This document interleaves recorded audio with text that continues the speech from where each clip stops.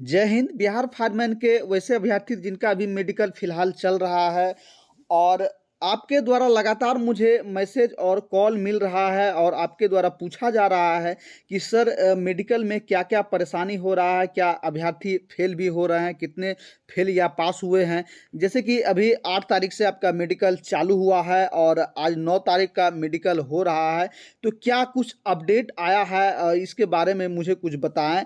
तो और इसमें क्या कुछ पैसा भी लग रहा है, तो इनके बारे में जो भी अपडेट मिला है मैं आपके साथ साझा कर रहा हूं। यदि आप हमारे चैनल पर नए हैं तो कृपया अभी तुरंत हमारे चैनल को सब्सक्राइब करें ताकि ऐसे ही पल पल अपडेट मैं आपको सबसे पहले देते रहें।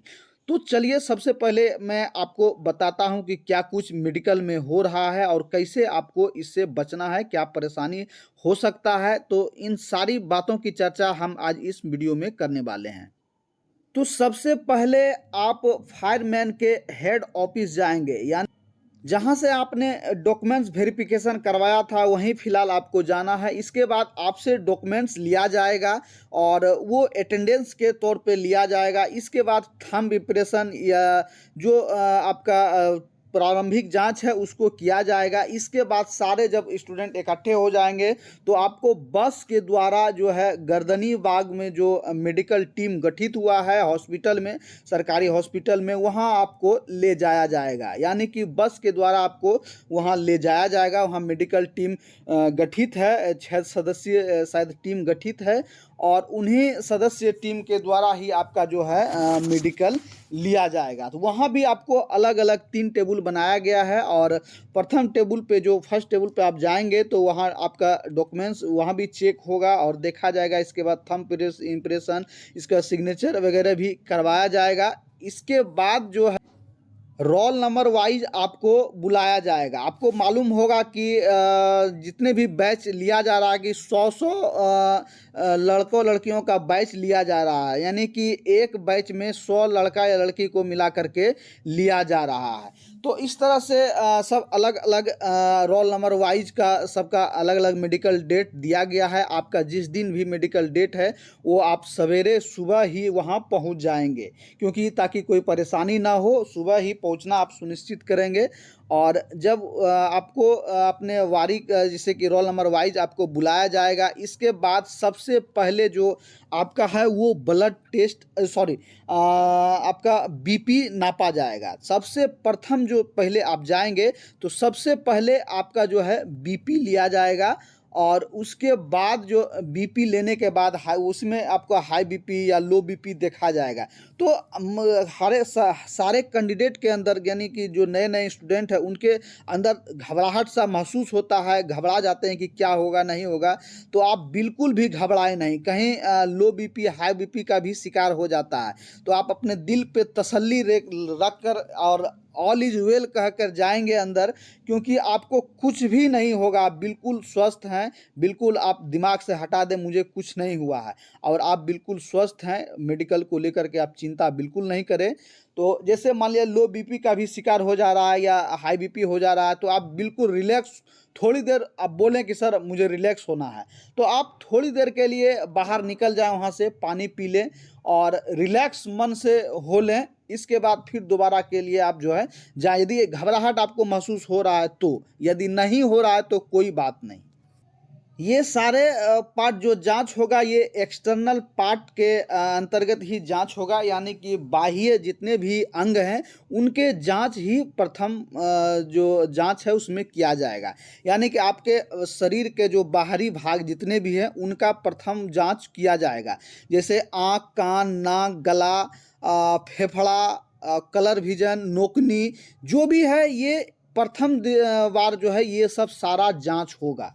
तो जिसको ज़्यादा प्रॉब्लम है वही सिर्फ छटेंगे।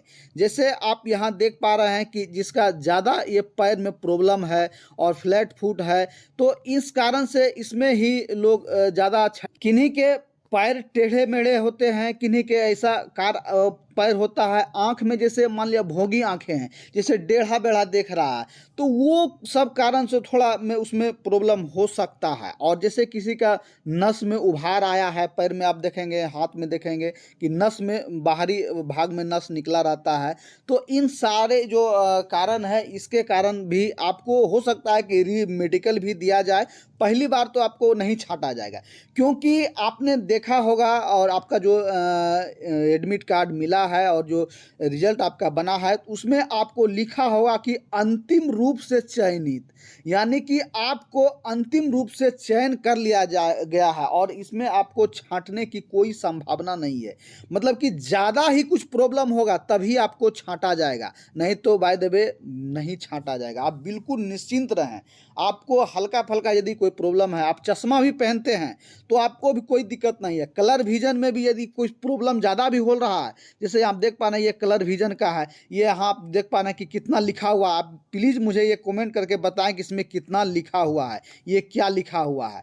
तो इसमें भी यदि कलर विजन में भी आपको प्रॉब्लम है तो आप बिल्कुल घबराए नहीं, ठीक ना। सबका सल्यूशन है मेरे भाई, बिल्कुल नहीं घबराएं। तो इन सब सारी जो समस्या आपको लग रहा है कि ऐसा ऐसा है, तो इनको सारे समस्या को आपको मन से निकाल देना है और शुद्ध एवं स्वस्थ मन के साथ जाएं और बिल्कुल नहीं घबराएं और आप जो मेडिकल हैं वो कराएं। इसके बाद जो आपका चेक होगा वो मान लिया जाए अभी 100 लड़का का जो इसमें लिया जा रहा है, तो कहीं अधिक होने के कारण भी लेट देरी हो जा रहा है कि बारी बारी से सबका चेक कर रहा है, इसलिए 2 दिन में चेक किया जा रहा है। जैसा कि इनपुट आया है 8 तारीख के वाले मेडिकल का, क्योंकि 8 तारीख का जो मेडिकल हुआ था उसमें कुछ जो सारे लड़के था उसमें से एक ही जांच जो बाह्य जांच है वही हुआ था, और आंतरिक जांच जो है यानी कि इंटरनल पार्ट का जांच है, जैसे ब्लड टेस्ट करना और आपका मान लिया जाए प्राइवेट पार्ट हो गया, यूरिन टेस्ट हो, इन सारी जो आंतरिक जांच है उनका जो आज के डेट में यानी कि 9 के तारीख को भी बुलाया गया है। इसलिए समझ के रखिए कि 2 दिन आपका टेस्ट हो रहा है। अब मान लिया जाए दूसरे दिन आपको इंटरनल पार्ट के लिए बुलाया जाएगा, तो आपका सबसे पहले ब्लड टेस्ट लिया जाएगा। ब्लड टेस्ट किया जाएगा क्या आपको शुगर है या अन्य कोई प्रॉब्लम है, या यूरिन टेस्ट लिया जाएगा, और प्राइवेट पार्ट को भी देखा जाएगा कि क्या कुछ इसमें प्रॉब्लम है, बवासीर भी चेक किया जाएगा। इसके बाद छाती का आपका एक्सरे वगैरह भी लिया जाएगा। तो ये सब नॉर्मली है, प्राइवेट पार्ट भी कोई मायने नहीं है। मैं अपना एक्सपीरियंस बता रहा हूँ, मैं भी खुद बिहार पुलिस का मेडिकल दे चुका हूँ और मैं 10 वर्षों से सेवा कर रहा हूँ, बिहार पुलिस में फ़िलहाल हूँ। और मेरे साथ भी क्या कुछ हुआ है उनका सारा मैं जो अपना एक्सपीरियंस है मैं आपके साथ शेयर कर रहा हूँ कि प्राइवेट पार्ट में यदि आपका कोई प्रॉब्लम है तो उसके लिए बिल्कुल घबराए नहीं। और उसके लिए आपको यदि रिकमेंड मैं करूँगा कि बेनासाइड फोर्ट है जो मेडिसिन है, आप यदि ज़्यादा कुछ प्रॉब्लम हो रहा है, आपको लग रहा है, तो उसको ले सकते हैं फ़िलहाल यदि आपको समय है मेडिकल में। तो ऐसे भी कोई दिक्कत नहीं है, उस सब में कोई प्रॉब्लम नहीं है। बवासीर भी है तो कोई प्रॉब्लम नहीं, आपको बिल्कुल भी घबराने की बात नहीं है। आप निश्चिंत होकर जाएं। और आप एक बात जान लीजिए कि जो डिस्ट्रिक्ट पुलिस के जितने भी मान लीजिए पुलिस विभाग में, जैसे कि आपका बिहार पुलिस हो गया और फायरमैन हो गया, या जो आप देखे होंगे कि मद्य निषेध है, इन सारे का जो भी मेडिकल जांच हो रहा है, सारे का जांच प्रक्रिया एक ही है, इसमें बिल्कुल भी घबराना नहीं है। मेडिकल टफ कहाँ होता है, जो आर्मी का मेडिकल होता है, सीआरपीएफ का मेडिकल होता है, इसमें मेडिकल टफ लिया जाता है। इसमें एक एक पॉइंट पर आपका जांच किया जाता है। जैसे यदि आपको बवासीर है तो उसमें छांट दिया जाएगा, या मान लिया जाए प्राइवेट पार्ट में भी कुछ प्रॉब्लम है, इसमें छांट दिया जाएगा। जैसे दांत आपका टेढ़ा है तो वहाँ आर्मी में छांट दिया जाएगा। तो और बिल्कुल यहाँ आपको बिल्कुल भी नहीं घबराना, आप निश्चिंत रहे। एक भाई का मुझे कमेंट मिला था कि सर मेरे हाथ में जो है ना ये 6 उंगली यानी 6 उंगली है, तो इसमें क्या होगा। तो आप बिल्कुल भी घबराएं नहीं भाई, कोई प्रॉब्लम नहीं है, 6 उंगली से भी कोई प्रॉब्लम नहीं है, बिल्कुल नहीं घबराएं। आपका 100% सिलेक्शन होगा, मैं लिख कर देता हूँ कि 100% आपका सिलेक्शन होगा। यदि 6 उंगली है तो कोई प्रॉब्लम नहीं है। और लगातार आपका जो सवाल रहता है कि सर इसमें पैसा भी लग रहा है, कि इसमें कितना पैसा लग रहा है, तो आप निश्चिंत रहें, पैसे की कोई डिमांड नहीं है। फिलहाल अभी जहाँ तक रिपोर्ट आया है और रीमेडिकल हेतु भी कुछ लड़कों को बोला गया है, तो मतलब कि अभी समय अभाव रहने के कारण ही रीमेडिकल दिया गया है। इसमें बिल्कुल घबराए नहीं, उनको फिर से बुलाया जाएगा और उनको जो है फिर से फिट कर दिया जाएगा। और यदि इसमें कोई प्रॉब्लम हो रहा है, यदि हो रहा है, तो आप खुद भी समझ सकते हैं कि इसमें कुछ दान दक्षिणा दे करके भी निकल सकते हैं, इसमें कोई दो राय नहीं है, लेकिन ज़्यादा कुछ नहीं है। मैं खुल कर क्या बताऊं, आप कुछ तो समझदार हैं और बोलना भी सही नहीं है, इसलिए बिल्कुल घबराएं नहीं। और अपने खर्च हेतु आप जो है 10 से 15 हज़ार रुपये अपने पास में रख लें, ताकि अन्य खर्च आपको खाना पीना रहना जो अपने सुविधा के अनुसार रख लेंगे, और बिल्कुल भी आपको चिंता नहीं करना है।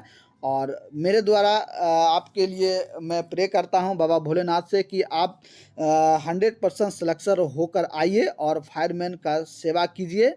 मेरे द्वारा यही आपको विश है। और आगे यदि आपके मन में अभी भी कोई सवाल आ रहा है तो आप मुझे सीधे कमेंट करके पूछ सकते हैं, या मुझे इंस्टाग्राम आईडी पर मैसेज या कॉल करके भी पूछ सकते हैं, डायरेक्ट मुझसे बात कर सकते हैं। कोई भी समस्या आ रहा हो मेडिकल में वहाँ, तो इन सारी प्रक्रियाओं का जो भी समाधान होगा, सोल्यूशन होगा, मैं आपको हमेशा सहायता करने के लिए तत्पर रहता हूं। तो मिलते हैं अगले वीडियो में, तब तक के लिए सभी भाइयों को जय हिंद।